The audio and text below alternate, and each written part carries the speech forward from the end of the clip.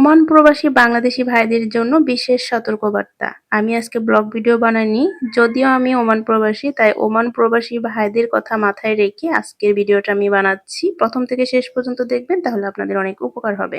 আসসালামু আলাইকুম, hello everyone, কি অবস্থা সবার, কেমন আছেন? আশা করছি সকলে অনেক ভালো আছেন। এই ভিডিওটা আমি ন্যাশনাল ডে সময় শুট করেছিলাম, ভিডিওটা আপলোড করা হয়নি কোনো কারণে, আজকে ভাবলাম আপলোড করি। এখন আসি মূল কথায়। আপনারা জানেন যে ওমান সরকার অনেকদিন আগে থেকেই ওমানি নাগরিকদের কাজের জন্য বিশেষ সতর্ক।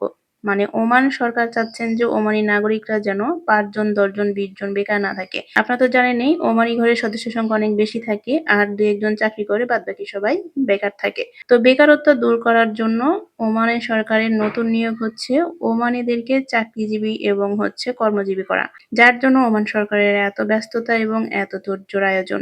অনেকদিন ধরেই বাংলাদেশিরা যে কোম্পানিগুলো করে, যেমন ধরেন যে কাপড়ের দোকান, তারপরে ওয়ার্কশপ, তারপরে যে কোনো বিজনেস, যেমন আপনার খাবারের দোকান, এই সব কিছুর মধ্যেই কিন্তু ওমানি নিয়োগ করা বাধ্যতামূলক ছিল এবং এখনো আছে। মানে যে কোনো আপনি বিজনেসই করেন না কেন, আপনার নামে যদি লাইসেন্স থাকে তার মধ্যে কিন্তু ওমানি নিয়োগ করতে হবে।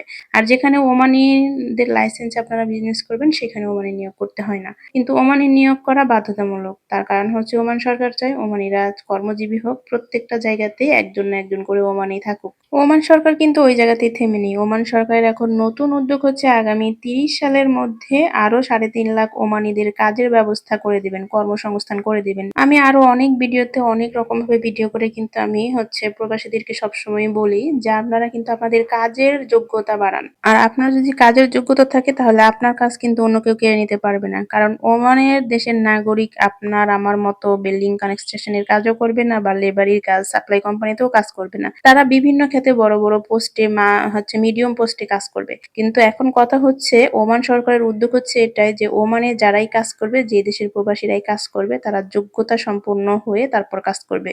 কোনো যোগ্যতাবিহীন মানুষ কাজ করতে পারবে না। যে কাজ করবে তার পায়ের নিচের মাটি কিন্তু শক্ত থাকতে হবে। এক কথায় যোগ্যতা।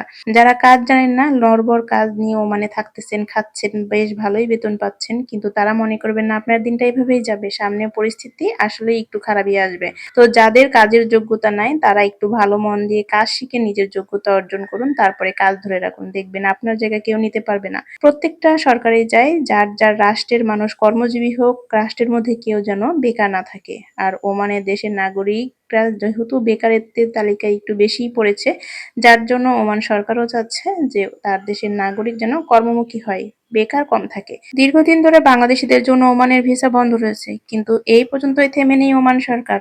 ওমান সরকার এটা চাচ্ছেন যে বাংলাদেশি প্রবাসী যারা ওমানে কাজ করতেছেন, তাদের মধ্যে থেকে যোগ্যতা বাছাই করে কাজ দেওয়া হবে, বাকিদেরকে ছাঁটাই করে দেওয়া হবে। এটাই হচ্ছে সবচেয়ে বড় কথা। তো নিজ নিজ জায়গা থেকে, নিজ নিজ দায়িত্ব থেকে ওমানের নিয়ম কানুন মেনে চলুন, ওমানের আইন মেনে চলুন। আর যাদের কাজের যোগ্যতা নেই, তারা তাড়াতাড়ি করে ওমান বসে থেকে নিজের কাজকে ফোকাস দিন, বুদ্ধি কাটিয়ে কাজের যোগ্যতা অর্জন করে নিন। মন দিয়ে কাজটা শিখে গেলেই ব্যাস, আপনার যোগ্যতা আপনি পেয়ে গেলেন। তো যাই হোক, ওমান সরকার এই উদ্যোগ নিয়েছে, বিশেষ করে বাংলাদেশিদের উপর ওমান সরকারের বিশেষ নজর। কারণ বাংলাদেশিরা উচ্ছৃঙ্খল বেশি, ঝামেলা করে বেশি, যাদের যোগ্যতা নাই তারাও ওমানে এসে কাজ করতেছে। তো এই জন্য বাংলাদেশের সরকার এই উদ্যোগ যে আগামী 30 সালের মধ্যে ওমানের নাগরিকদের, মানে 3.5 লাখ নাগরিকদের কাজের ব্যবস্থা করে দিবে, এবং বাংলাদেশি নাগরিক যারা কাজের দক্ষতা নাই, যোগ্যতা নাই, তাদেরকে ছাঁটাই করবে। আর যাদের কাজের যোগ্যতা রয়েছে তাদেরকে কাজে রাখবে বা চাকরি তারা করতে পারবে, বাদ বাকি সবাইকেই ছাঁটাই করে দেওয়া হবে। এই কথাটা কিন্তু চিরসত্য চিরবাস্তব। আপনারা নিজেরাও জানেন যে ওমান সরকার কয়দিন পর পর নতুন করে একটা করে আইন তৈরি করতেছে তার দেশকে ভালো, সুষ্ঠু এবং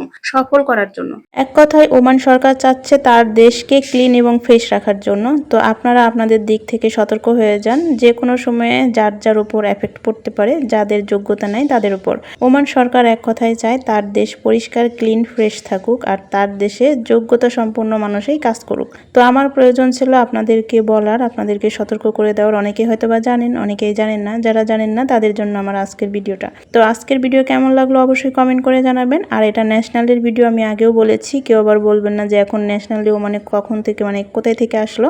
এটা কিন্তু ন্যাশনালের ভিডিও অনেক আগের। আমি ভিডিও শুট করে রেখেছিলাম, যদিও ন্যাশনাল ডে উপলক্ষে তখন ভিডিওটা আপলোড করা হয়নি যে কোনো কারণে, তাই এতদিন পর্যন্ত ভিডিওটা আমি আপলোড করি নাই। তো ভাবলাম যে আজকে আপলোড করি, এই কথার মধ্যে ভিডিওটাও আপলোড করা হয়ে যাবে। তো সবাই ভালো থাকবেন, সুস্থ থাকবেন, সবাই আমার পাশে থাকবেন। আল্লাহ হাফেজ।